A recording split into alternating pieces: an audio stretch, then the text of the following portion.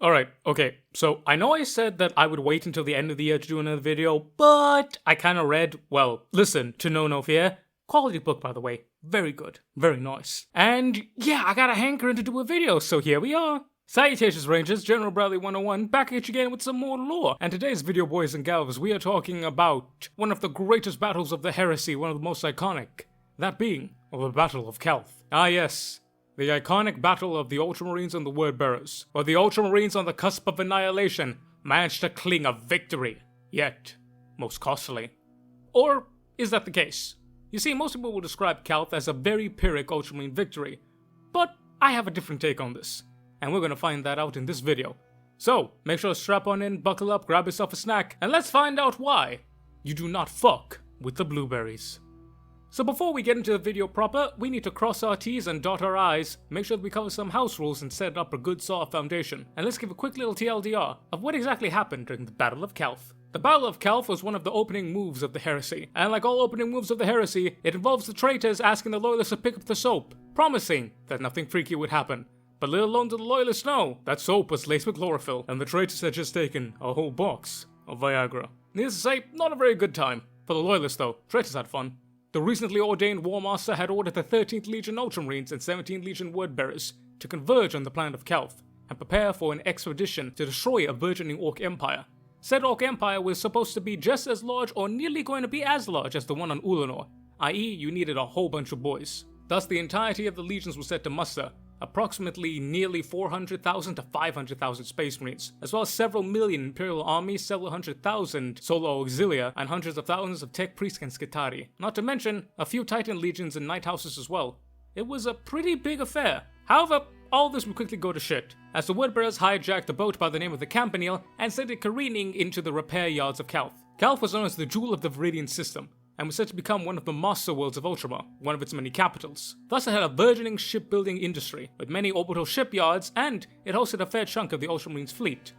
The Wordbearers sent the Campanile into one of those big shipbuilders and caused it to explode. Thus all the ships that were inside then became outside, and promptly fell onto Calth's surface, making the meteor that wiped out the dinosaurs look like a goddamn pop gun. In conjunction with this, the Wordbearers would also infect the Noosphere, 40k's internet, with scrap code, basically a super bad megavirus, which caused a communications blackout, and prevented the loyalists from contacting each other and knowing what the hell was going on. It also severed the link to the orbital defense grid, which protected Calth. From there, several bad things would happen. Lorgar would summon a demon on Guilliman's flagship and vent the Primarch into space, killing most of the upper command and assumingly the Primarch. Corferan would lead a boarding party and snag Viridian Anchor, that being a backup station for the orbital defense grid, and since the main operations center was down, he was able to hijack it and use it to bombard the planet, including Ultramarines. He also managed to kill the Sun, as well as several other planets in the system. On the surface, Ultramarines were betrayed, backstabbed, and bamboozled. Most Ultramarines were often mustered with Wordbearer forces. Thus, the Wordbearers simply turned their guns on Ultramarines and murdered a lot of them, civilians included. It was a terrible fight, and it was very bloody and brutal, and many Ultramarines died in the first opening hours, most not even drawing their weapons. However, the Wordbearers were pretty sloppy in this. They were far more focused on causing damage, capturing people to sacrifice them, and summoning demons, rather than actually killing the Ultramarines. Hence, that gave them enough time to rally. More specifically, a large group under Captain Remus Quintanus, as well as two Tetrarchs of Ultramar, that being the Dukes under Guilliman himself. One being the famous Ikos Lamiat, the half-cybernetic champion of Prakrog. Also, it included a chap by the name of the Honor Telemekros, a venerable contemptor dreadnought. The Ultramarines were able to rally on the ground and hit the traitors hard, smashing through their lines, allowing them to get connections up into space, which in combination of the Space Marines under Aenithil and Marius Gage being able to clear out the McCrags on of all the demons, and the fact that Guilliman was in fact alive and survived 11 hours in space without a helmet, purely on hatred and spite, fucking one-shotting world eaters as he passed by until he was found by Thiel. From there, they were able to coordinate a plan and realize that they had to take back the orbital defense station. And to do so, they had to do two things. One, they'd have to set up a new center of operations on the ground, and two, they'd have to kill Corferan and his new center of operations in space. So, that's what they did. Various Ultramarines captains, including Remus Quintanus and Captain Sidons, led an amalgamation of Ultramarines companies and chapters to reclaim a guild station which the previous Archmagos had loaded an antivirus for the scrap code before he died. Thus, they were able to claim the facility and gain access to the antivirus. And they had to defend against hordes of Wordbearers as well as occults and demons, while waiting for Gillidan up in space to bend over Corferan and show him exactly why he has such a big fist. And Guilliman did do some fists in that day. Like a titan of myth did the Primarch stride, slaying each man with a single strike, until he got to Corferan, Corferon just used the force on him and, force choke, punch, grab, and just wiped him with blasts of psychic energy. Unfortunately, the Ultramarines had gotten rid of their Librarius, so they didn't really have any psychic defenses. Corferon, though, instead of killing Guilliman, tried to turn him. This then caused the Primarch to literally rip out his heart. With Corferon dead on the ground and the word bearers in retreat, Guilliman then ordered the control panel to be destroyed, thus severing the connection to the station. And lo and behold, the Ultramarines got back the orbital defense platform, and word bearer ships began exploding left and right, as well as word bearer ground forces got absolutely hammered, and with one fell stroke did the Ultramarines turn what was supposed to be their death into a very costly victory. But it wasn't all sunshine and rainbows. Corferon, somehow by the power of Sinesh's big tits, was in fact still alive despite missing a heart and having a big fist-sized hole through him. They were able to teleport away, and Marius Gage aboard the McCragg's Honor was on to chase after him. The Ultramarines then had to get the hell out of Dodge, evacuating what they can, because Calth's star was going supernova, on the account of Corferon shooting it with giant lasers. Thus, a good portion of Ultramarines and the remaining army and solo auxilia and civilian personnel were forced to flee underground underneath Calth, along with the remaining word-bearers. This would result in the Underground War, which lasted about 7 years, where the Ultramarines would systematically kill every single word-bearer in Calth, before totally reclaiming it for the Imperium, although the world was ruined entirely, and had lost every bit of value that it once had. And thus did the heresy begin for the Ultramarines. Alright, but there's your TLDR of exactly what happened. I'd highly recommend reading No Fear or listening to it. There are actually free copies floating around, so yeah, you can totally listen to it. But now that we have the TLDR about the Battle of Calth, let's actually get into the meat of this video and start talking a little bit more about it, shall we? So, what exactly did the Ultramarines lose at Calth? Well, we don't have any super exact numbers, but we have rough numbers. They're accurate within about 10,000 of one another, give or take. But the Ultramarines are said to lost approximately half their strength, say 45 to 50% of Marines just outright dead. Yep, deader than a bag of bricks on a Sunday morning, I'll tell you what. A further 30,000 were wounded terribly, and then we have another 30,000 that were forced to be left on Calth and fought in the Underground Wars. We don't know how many of them survived exactly, but given the nature of the combat in Calth, and if I'm being optimistic, I'll say 20,000. If I'm being pessimistic, I'll say maybe 15 or even 10,000. But all in all, of the Ultramarines' total strength of basically 250,000, approximately 2/3 were rendered inaccessible to Guilliman during the heresy. In addition to this, they lost about 500,000 army personnel. And these were not simple units though. Most of these units were raised from Calth and the surrounding Ultramar system. A good chunk of them were Ultramar auxilia, and they were trained to the highest specifications of Guilliman himself. These were not just simple levies, these were proper professional soldiers with good equipment, and the loss hurt a lot. But the real damage came to the Ultramarine fleet, which is said to have lost anywhere from 75 all the way to 80% of its total strength. However, unlike in most naval battles where the capital ships are often targeted first, the outcome left the Ultramarines with a bit more balance of a fleet, as the Woodbearers actually wanted to capture many of the Ultramarines' capital ships and add them to their own fleet, rather than outright killing them, meaning that when the orbital defense grid came back online, there were many Ultramarine capital ships that were still relatively intact, but regardless, 80% of them were still in the gutter. Not to mention, they had lost Calth, which was one of, if not the biggest blow. Calth was a major muster site. It was a network logistics hub and manufacturing center. It even had its own mini ForgeWorld, which Corferon nuked into oblivion. But the loss of such an important muster site was terrible for Ultramar at large. The loss of Calth was essentially the entryway into the Ultramar system. This then allowed the Shadow Crusade to happen, with the Word Bearers and World Eaters causing untold damage, approximately taking out about a fifth of the 500 worlds, with varying degrees of damages. Some worlds were likely raided, other worlds were destroyed of all life. But regardless, it was a deadly blow. As for the Word Bearers, they are said to have deployed about 50,000 Space Marines, as well as about 500,000 army personnel, in addition to a very large chunk of their fleet. And here we come to now why people often call the Battle of Calth a Pyrrhic Ultramarine victory. Of the forces of the Word Bearers, almost all of them were utterly destroyed. Most of the Word Bearers' fleet was completely lost. The entirety of the army personnel were lost, and nearly all the Space Marines were lost. Of the 50,000, only a few hundred managed to escape. But then, let's expand upon this. Another reason why people often refer to Calth as a Pyrrhic Ultramarine victory is the fact that the Ultramarines were supposed to be wiped out at Calth. Calth was essentially supposed to be an Istvan situation, where the Legion was supposed to be shattered beyond all form of opportunity. They were supposed to be rendered combat ineffective, that meaning that they were only supposed to have anywhere from 10 to 20% of their strength. But more specifically, Guilliman was meant to die. The death of Guilliman would have been probably the worst death blow for the Loyalists. I know that's a bold statement, and I'm not saying that just because I love my Ultramarines, but Guilliman is the definition of a master logistician. It would be the same if Perturabo died on the traitor side. The Lion and Sanguinius may be some of the best fighters the Imperium has, but it doesn't matter if they're halfway across the galaxy. You need somebody to get point A to point B, and Guilliman was that guy. As we can see with the Iron Hands, with the loss of a Primarch, the Legion would often fracture. It would become disjointed, broken, depressed, and basically useless. So ultimately, while the Wordbearers did in fact wound the Ultramarines, the reason why people say that Calth is a Pyrrhic victory for the Ultramarines is because they're still alive. The Wordbearers were supposed to kill the Ultramarines, but they did not. And so the Ultramarines survived, and they would continue to rebuild, drawing upon the rest of the 400 worlds of Ultramar that were not damaged. But the thing is though, people often frame this as a Pyrrhic Ultramarine victory. And if you know my content for a while, you've been watching me for a while, you may know that I kinda disagree with it, or I'm setting up some alternate point. And look, I'm not taking it away from my blueberries. I love my boys in Ultramar, and you do not fuck with an Ultramarine. Alright, they get way too much hate as is, and they were known as the Warborn for a reason. Beware the Warrior Kings of Ultramar, for they earned that title. I don't think that any other legion could have done as well as Calth, for the sole fact that the reason that Calth worked out for the Ultramarines is because they were able to coordinate themselves. The Ultramarines were able to put 2 and 2 together. They were able to coordinate themselves, get the logistics in order. Logistics are very, very important for the Ultramarines, as well as communication, information, theoreticals, and practicals.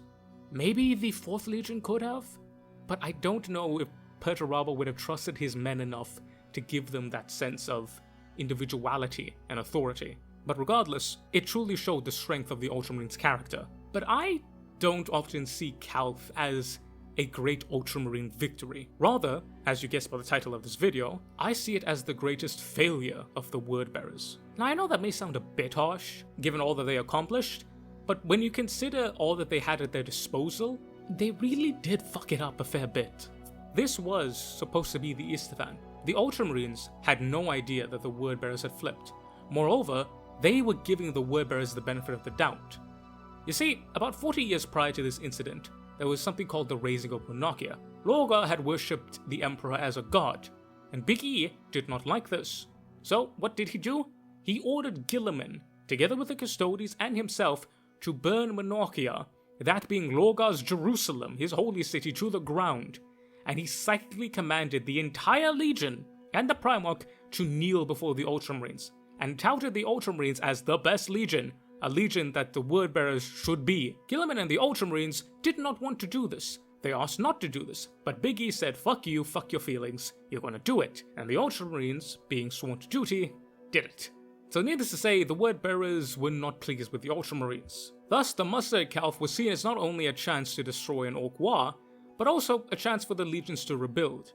It was a way for Horus to flex his political might, but at the same time, whilst dealing with an actual threat in the Orcs, get the Wordbearers and the Ultramarines to reconcile a little bit, because while you may hate each other, you can always bond over killing some Xenos. That's the idea. So, the Ultramarines, feeling kinda guilty, really did give the Wordbearers the benefit of the doubt, which means that the Wordbearers got extra sauce on top of their gravy.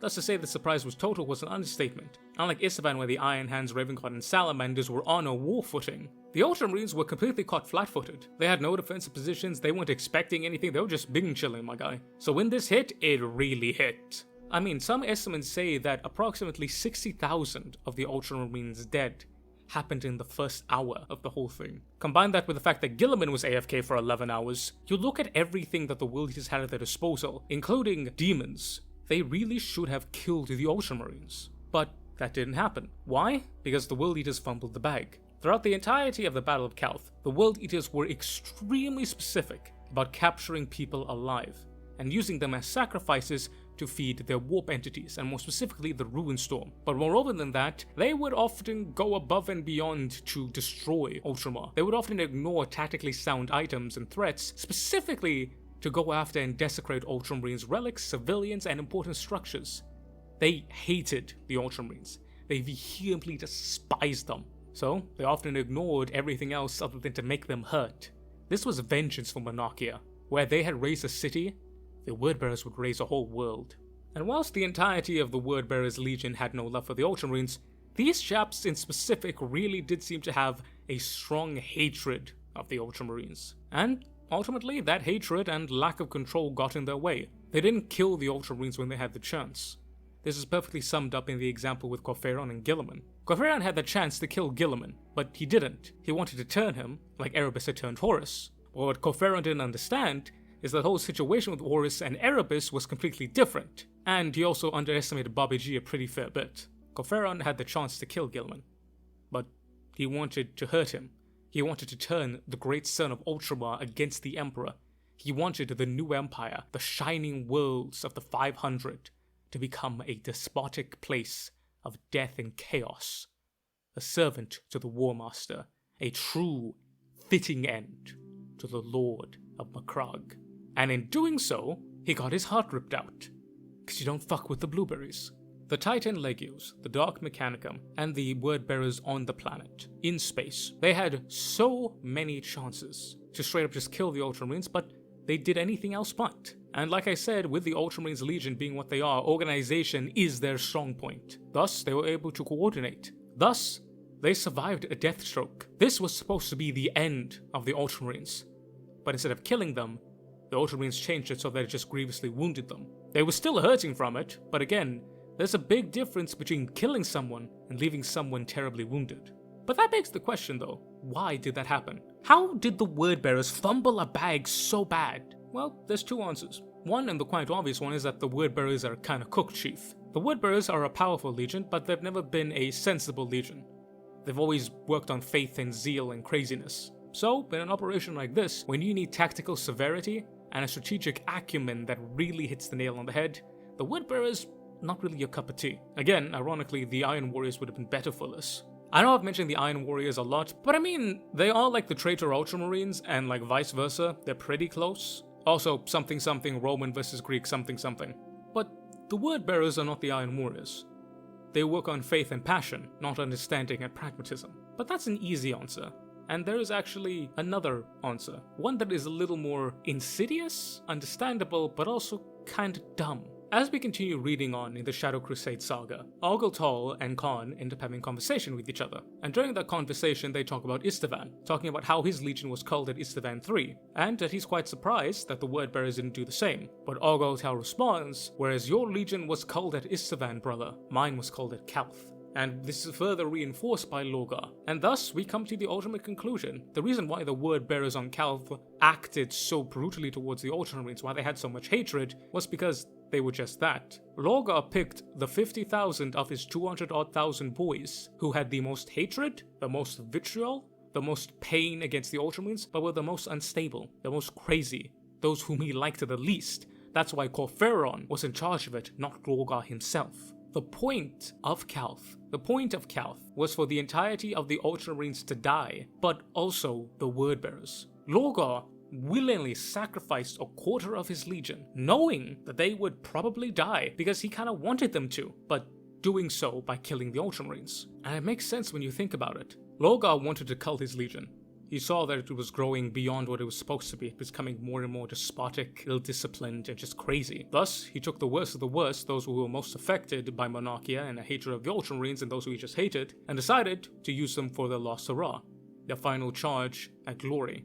Thus, he threw them at the Ultramarines, hoping they would all die and take the Ultramarines with them.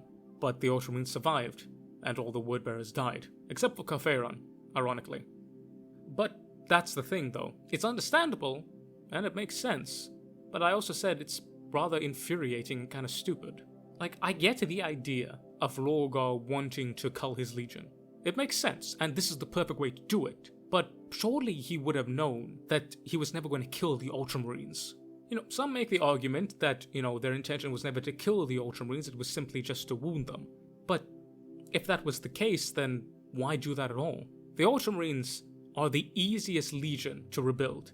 They have the most aspirants, they have the largest legion, they have the most facilities, the most ForgeWorlds. It is so easy for them to rebuild. Why would you leave them wounded? And even then, with the Ruin Storm in place, it's not like the Ultramarines could come and aid Terra and aid the main conflict. So what was the point of wounding them then? If they were going to be kept out regardless, why sacrifice a full quarter of your legion to do that?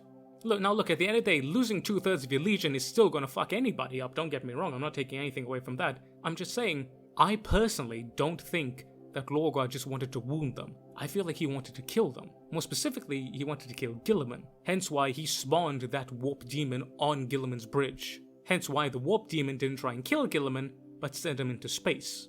Lorgar wanted to kill Guilliman. He wanted to kill the Ultramarines Legion. He wanted to do an Istifan, he wanted to remove them off the board as a viable instrument. But he also wanted to cull his legion, and ultimately, he decided to do both. But one was always going to suffer. Either the Wordbearers would have killed the entirety of the Ultramarines Legion, but a fair number of them would have survived and they actually would have grown stronger, as if you consider sacrificing a Primarch, all the Space Marines and all the population, unto Calth, getting all that demonic power, Goferon and both Erebus would have gotten significantly stronger, and the opposite is actually what happened. All the Wordbearers died, but the Ultramarines still lived. The Legion was hurt, but it was still alive, which means it was still a threat. The Ultramarines were coming for Lorgar, and they would not stop until it was all dead, and that's what happened. Now, whereas most people will just point to Lorgar and simply say, oh, well, he's a dumb fuck, of course he didn't think this through. I don't think that per se. I feel like Lorgar knew what was going to happen. I feel like he understood this, but I feel like to him, he chose the more important value. Instead of listening to the War Master, instead of following the war, he decided to cull his legion. To him, that was more important, to get rid of the rot and build something up strong. I feel like Lorgar always understood that if Guilliman didn't die, the Ultramarines would rebuild. Hence, I believe that's why he tried to do so. He didn't really care about the Ultramarines Legion, more specifically, he cared about killing Guilliman. Now, ultimately, he did fail in that, but I mean, nobody, not even the Ultramarines, expected Guilliman to survive 11 hours without oxygen. But he did. So you can't really fault Lorgar too much in that case. But ultimately, the terrible irony of it is that Lorgar's efforts would be for nothing. Whilst he did cull a good population of his legion, during the Shadow Crusade, the Word-Bearers as well as the World Eaters would continue to enter into a spiraling descent of madness. In the World Eaters, rage. In the Word-Bearers, zeal. However, this deterioration would be temporarily halted by the combined efforts of Ardro Tall and Khan of the World Eaters respectively. They would reinstill a sense of discipline and understanding. They tried to bring balance back to their legion, to prevent the chaos, corruption, and degradation. They were still chaotic, mind you, but they didn't want the World Eaters to turn into berserkers, and the Wordbearers to turn into maddened zealots. However, with the death of Ardro Tall at the hands of Erebus, and Khan losing his grip on sanity and swallowing fully into the Butcher's nails, such hope was lost with them. So ultimately, Lorgar's plan failed in both cases. Or, that appears that way to me. So ultimately, when we look at the Battle of Calth, whilst it is fair to say that it is an Ultramarine very Pyrrhic victory, I personally think that it's more appropriate to say it is the Wordbearers' greatest failure. Not that they failed to kill the Ultramarines, mind you, but the fact that it was failed from the start. The point of it was to cull the Legion and kill the Ultramarines. Or in Lorgar's mind, kill Guilliman and leave the Ultramarines be. But it was just too much for them to do, with not enough. The Wordbearers, you could argue that they had the numbers, I don't think they did personally, but maybe that was the point. It was never supposed to succeed, but ultimately in the end, Lorgar got nothing.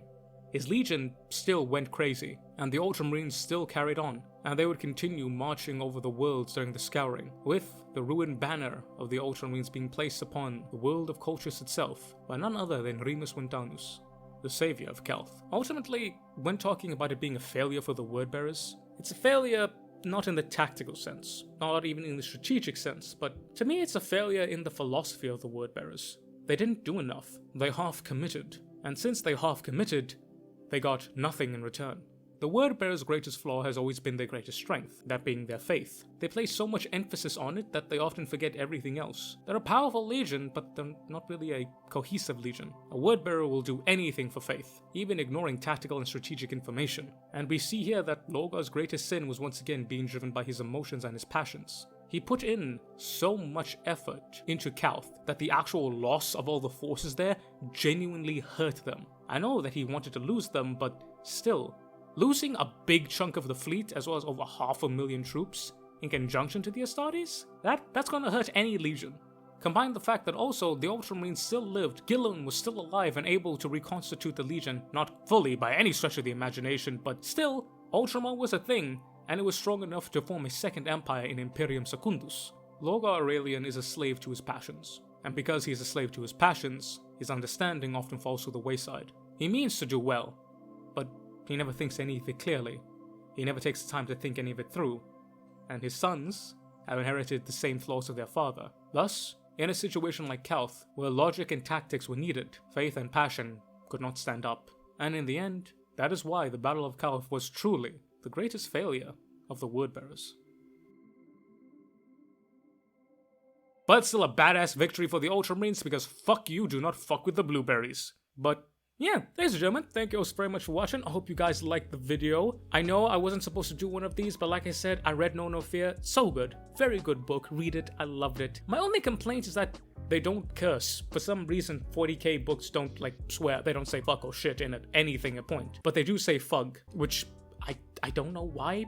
PG something? They also love the word bastard. There's this one segment where this sergeant is talking and like every fourth word he said is just bastard, and it genuinely made me giggle. But yeah, No Fear is great. Let me know down below, what do you guys think about Battle of Calth? Do you agree with me? Do you think that it's an Ultramarine victory or a word-bearer defeat? Which one do you guys think? But let me know. But I want to thank you guys also very much for watching, and I want to say a massive thank you to my members. Shout out to my Lieutenant tier members, Mr. Eddie V3 and Miss Majora of the Void. Shout out to my Sergeant tier members, Mr. Damiak, Mr. Andy McGee, Mr. RB20 Guy, Mr. Warsmith.Fireheart, and Mr. Corn's Butcher. And finally, a massive shout out to my private tier members, Mr. Thomas Muslons, Mr. Ivan_SVW, and Mr. Michael Hayeda. Thank you all so much from the bottom of my heart. Y'all don't know how much this means to me. I love y'all. And like I said, in the new year, I'm looking to make this full time, so I'm gonna have to work twice as hard, and I'm gonna have to rely on you boys a bit more because YouTube is a bit uneasy at the moment. But yeah, but if you want to support this channel and help your boy buy a Diet Pepsi, make sure to sign up to the memberships. Gain access to these videos a full day early from the New Year's. This one is not going to be a full day early because I fucked up the days a little bit. I'm sorry.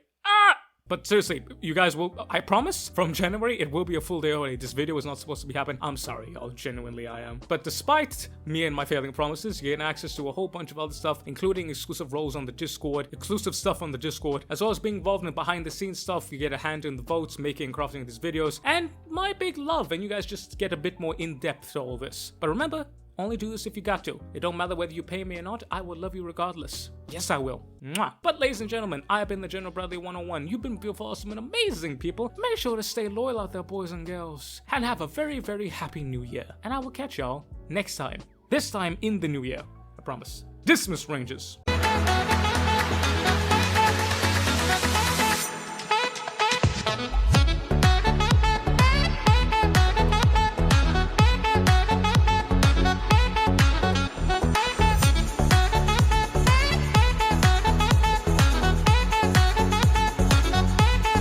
I'm just waiting for someone to comment and call me an Ultramarine fanboy, even though half of this video is me talking about the World Eaters. Fuck, word bearers. Why does it happen so much?